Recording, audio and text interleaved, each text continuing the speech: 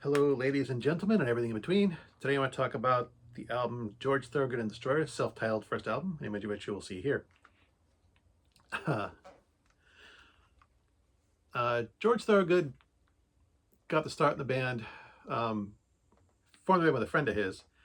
He got interested in slide guitar when someone basically gave him a slide as a gift and just started playing around.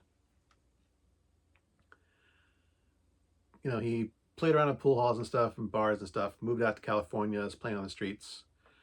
Someone convinced him back to move back east, playing, New England and stuff like that, and got discovered by who? John Forward. I knew the name was in here somewhere.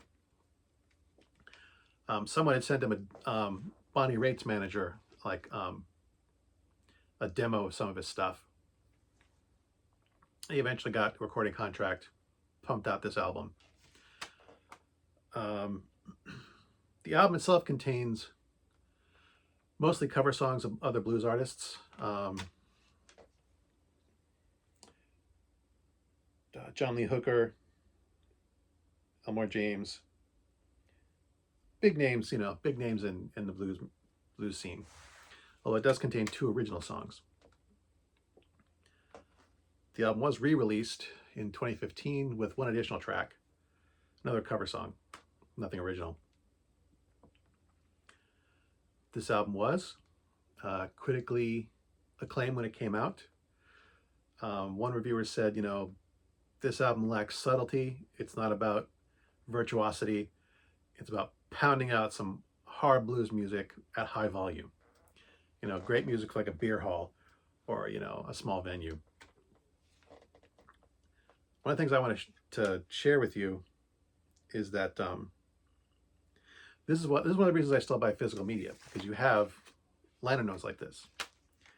On the inside, it basically, John Forward, the guy who discovered them, got a record contract, basically wrote, a little intro in here. He basically says, 1975, he and some buddies were wandering around Cambridge, Massachusetts, looking for some good music. And they came across this bar, and there was just sound pumping out of this place. And it was an old Elmore James tune, just, again, high volume, raw music. And they're like, man, this place got to be packed. There's just so much energy coming out of this place. And he walked in the bar, like 12 people there, most of them who worked there. He said, these guys, this small group was playing like they were playing for a full packed stadium of like 10,000 people. And there was nobody there. These guys were just on stage, giving it their all for nobody, just to have fun playing. So this is why I like physical media, because you don't get this when you're streaming music. There's nothing to look at, there's nothing to read or see or anything like that. You don't get any notes from the friends of the artists themselves. So that's always a good positive. There was a single released on this. What was it? Oh, I think "Can't Stop Lovin'" was released as a single. "Homesick Boy" was as a B-side. But the best known songs from this album are, of course, "One Bourbon, One Scotch, One Beer," and "Delaware Slide." "One Bourbon, One Scotch, One Beer" is a cover song by, who wrote it? John Lee Hooker. I knew that. And "Delaware Slide" is one of the original songs by George Thorogood. Unusual for the time, too. This album is 45 minutes long total. Most albums from this era, mid to late 70s, actually, for the longest time, pretty much up until DVDs came along, when you could pack more music onto an album, because there are limits on vinyl on how much space there is. Most albums were around 8 to 10 songs and were about 30 minutes. So to have an album that was a total of 45 minutes long for both sides was very unusual. And most of that is those 2 songs. "One Bourbon, One Scotch, One Beer" is 8 minutes, 20 seconds.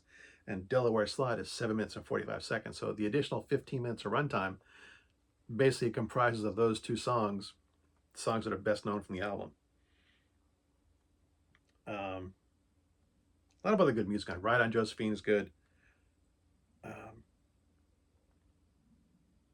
This was, again, music from my teen years. And I think, I know I got to see them perform live. George Thorogood and the Delaware Destroyers. They perform live at the Portland Maine Expo, which is a smaller venue than the Civic Center.